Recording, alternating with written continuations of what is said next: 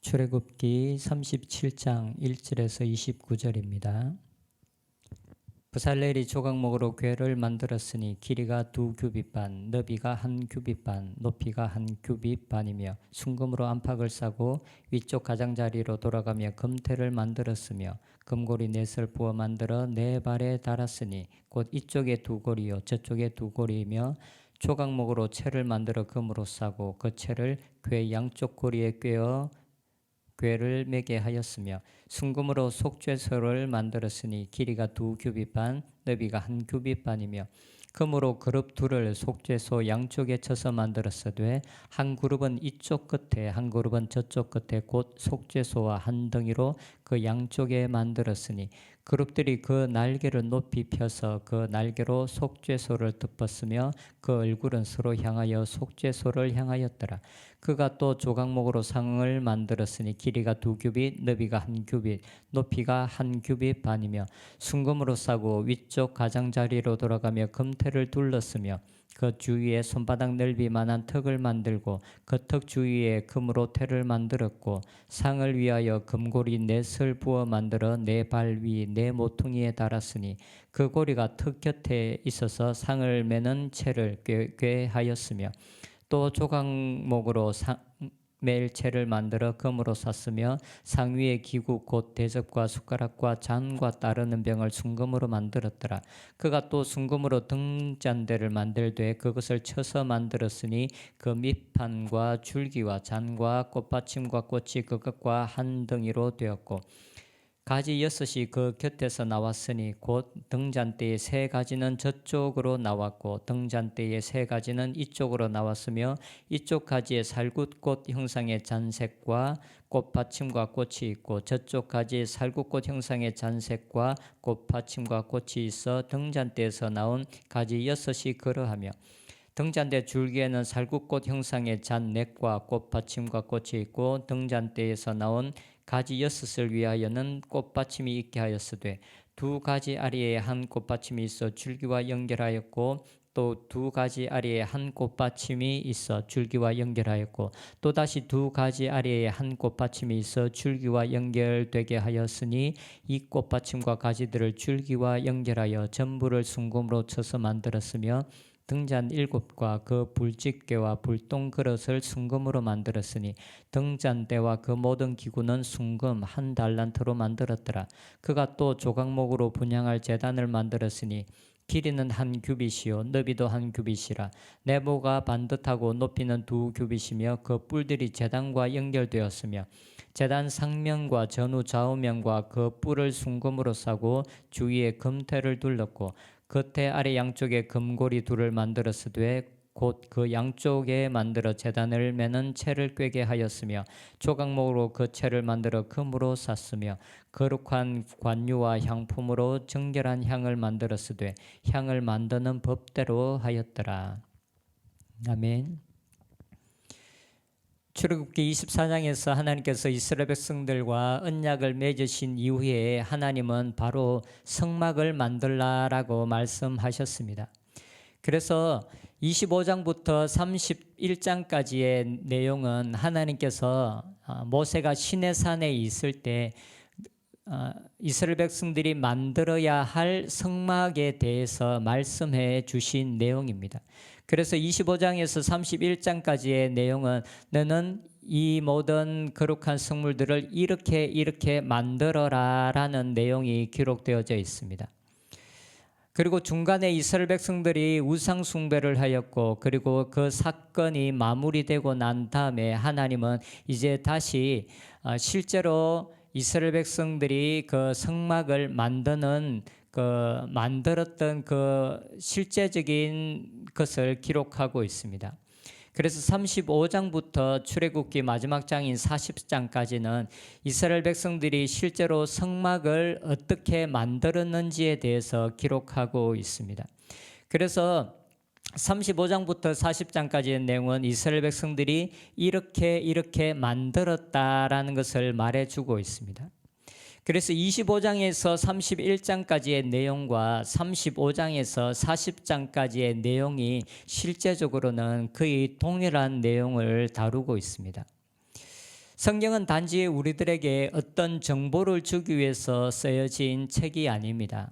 정보를 주기 원했다면 동일한 내용을 많은 장에 5장이나 이런 많은 분량을 들여서 동일한 내용을 기록하지는 않았을 것입니다. 정보를 주기 원했다면 하나님께서 만들라고 하신 대로 만들었다라고 기록하면 되었을 것입니다. 하지만 성경은 앞에 기록되었던 내용 그대로 다시 그 말씀대로 만들었다라는 것을 기록하고 있습니다. 때로는 사람들이 궁금해하는 것들에 대해서 성경은 침묵하는 경우들이 있습니다. 그런데 때로는 이미 기록되어져 있는 내용을 다시 동일하게 반복해서 기록하고 있기도 합니다. 이것을 통해서 우리가 알 수 있는 것은 성경은 우리들에게 어떤 정보를 주기 위한 책이 아니라는 것입니다. 이런 동일한 내용을 반복함으로써 하나님은 하나님의 말씀대로 순종하는 것이 가장 중요하다라는 것을 말해주고자 하는 것 같기도 합니다. 어떤 내용을 아는 것보다 훨씬 중요한 것은 그 말씀대로 순종했는가일 것입니다. 그래서 성막이 완성되었을 때 하나님께서 명령하신 대로 되었으므로 모세가 이스라엘 백성들을 축복했다라고 기록하고 있습니다. 출애굽기 39장 43절에 보면 모세가 그 마침 모든 것을 본즉 여호와께서 명령하신 대로 되었으므로 모세가 그들에게 축복하였더라. 왜 모세가 이스라엘 백성들을 축복했습니까? 왜냐하면 하나님께서 말씀하신 대로 순종했기 때문에 그렇습니다. 축복은 아는 자들에게 임하는 것이 아니라 순종하는 자들에게 임하는 것입니다. 단순히 성경의 내용에 아는 것에 멈추는 것이 아니라 하나님의 말씀대로 순종하는 저희들이 되었으면 좋겠습니다. 오늘의 본문에는 언약궤와 떡상 그리고 분향단을 하나님께서 모세에게 보이신 모습 그대로 만들었다라는 것을 말해주고 있습니다. 성막에서 가장 중요한 곳은 바로 지성소입니다. 그런데 그 지성소 안에는 언약궤가 있습니다. 우리가 보통 언약궤라고 말할 때는 십계명을 넣어두는 궤와 그리고 그 궤를 덮는 속죄소를 함께 일컫는 말입니다. 일반적으로는 이것을 구분하지 않고 법궤라고도 말하고 언약궤 아니면 증거궤라고도 부릅니다. 하지만 이것은 만들 때를 보면 항상 구분해서 궤와 속죄소를 분명하게 구분해서 언급하고 있습니다. 궤는 조각목으로 만들어서 금을 입혔고 속죄소는 온전하게 순금으로 만들어졌습니다. 속죄소 위에는 두 그룹을 함께 만들어서 그 그룹의 두 날개가 속죄소를 덮고 있는 모형이었습니다. 그런데 이 속죄소에 대한 기록을 보면 오늘 본문에는 나오지 않지만 하나님께서 성막 중에서도 하나님께서 임하시는 곳 하나님의 영광이 머물러 있는 곳이 바로 이 속죄소라고 말하고 있습니다. 조금 더 정확하게 말씀드리면 하나님의 영광이 임하는 곳이 바로 이 속죄소 위라고 성경은 기록합니다. 출애굽기 25장에 보면 거기서 내가 너와 만나고 여기서 거기는 속죄소를 말합니다. 거기서 내가 너와 만나고 속죄소 위 곧 증거궤 위에 있는 두 그룹 사이에서 내가 이스라엘 자손을 위하여 내게 명령할 모든 일을 내게 이르리라. 하나님께서 모세와 만나시겠다라고 말씀하신 곳이 바로 이 속죄소이며 하나님께서 너에게 말씀할 것이다라고 말씀하시는 것이 바로 이 속죄소입니다. 이 속죄소에서 하나님께서 모세에게 말씀하시겠다라고 말씀하고 있습니다. 그래서 민수기에 보면 속죄소 위에 두 그룹 사이에서 하나님께서 모세에게 말씀하셨다라고 기록하고 있습니다. 그리고 다른 성경에 보면 하나님에 대해서 표현할 때 그룹을 타고 나르시며 그룹 사이에 좌정하신 하나님, 그룹 사이에 계신 하나님이라는 이 표현이 성경에 굉장히 자주 표현되고 있습니다. 하나님께서 그룹을 타고 계십니다. 그리고 하나님께서 임하여 있는 곳이 바로 그룹 사이입니다. 그룹 사이에 계신 하나님. 에스겔서에서 하나님의 영광이 예루살렘을 떠날 때의 모습을 보면 언약궤 위에 속죄소 위에 있는 그룹의 하나님의 영광이 원래 임하여 있었습니다. 그런데 하나님께서 하나님의 영광이 예루살렘을 떠날 때 그 그룹 사이에서 하나님의 영광이 떠오릅니다. 곧 그곳에서 하나님의 영광이 떠나가는 것입니다. 그런데 언약궤 위에 그 속죄소 위에서 떠난 하나님의 영광이 임한 곳이 어디이냐면 실제 그룹 위입니다. 모형으로서의 만든 그룹 위가 아니라 실제 그룹 위에 하나님께서 임하셔서 예루살렘을 떠나시는 모습을 그리고 있습니다. 그래서 에스겔은 자기가 보았던 하나님의 영광이 실제로 머무르는 이 그룹의 모습을 자세히 묘사하기도 합니다. 하나님의 영광이 머물렀던 이 그룹의 날개로 속죄소를 덮고 있습니다. 그런데 이 속죄소를 다르게는 시은좌라고도 말합니다. 한글 성경은 거의 다 속죄소라고 번역하고 있는데 거의 모든 영어 성경은 이 속죄소를 mercy 곧 은혜의 자리, 은혜의 보좌라고 번역하고 있습니다. 속죄소라는 이 단어는 죄가 사여지는 장소이기 때문에 그렇습니다. 이스라엘 백성들은 1년에 한 번씩 대속죄일에 동물의 피를 이 속죄소 위에서 뿌려졌습니다. 그래서 이 속죄소는 죄를 속하는 장소입니다. 그런데 이 시은좌라는 이 표현은 죄를 속하는 것을 뿐만 아니라 이스라엘 백성들에게 은혜를 베푸시는, 죄 용서를 하시는 은혜의 강조점을 두고 있습니다. 속죄소 밑에는 궤가 있습니다. 그런데 그 안에는 율법의 핵심이라고 할 수 있는 두 돌판이 그 안에 들어 있습니다. 그래서 그 두 돌판을 속죄소가 덮고 있습니다.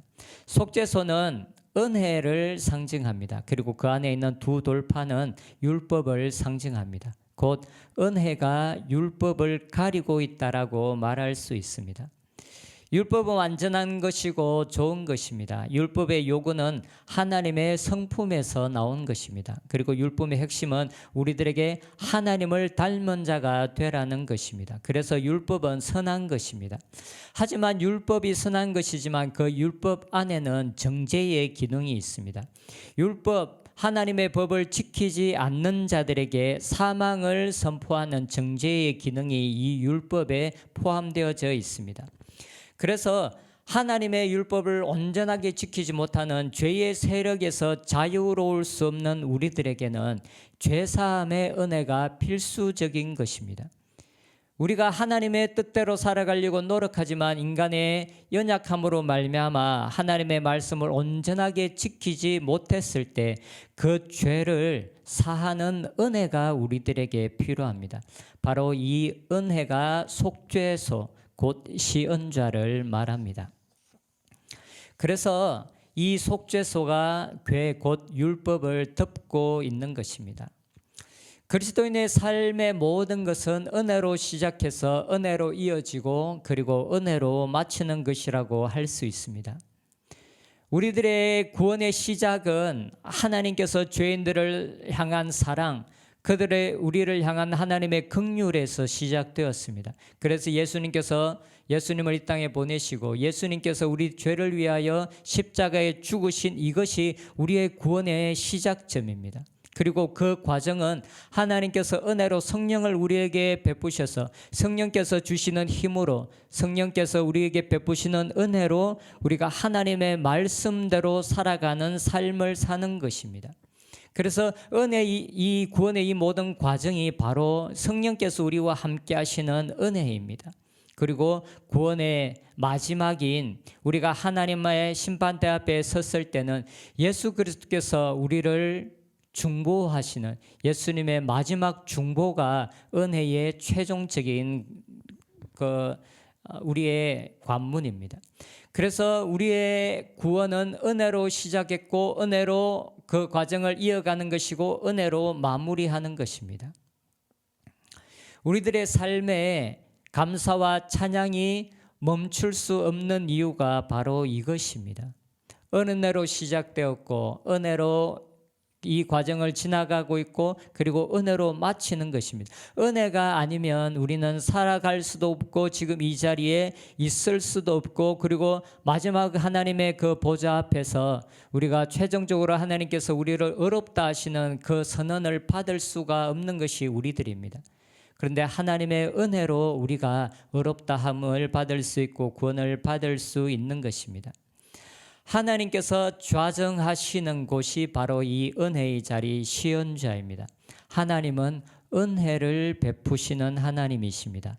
하나님은 우리들에게 하나님을 닮으라는 요구를 하실 뿐만 아니라 또한 우리들의 삶에 은혜를 베푸시는 분이십니다.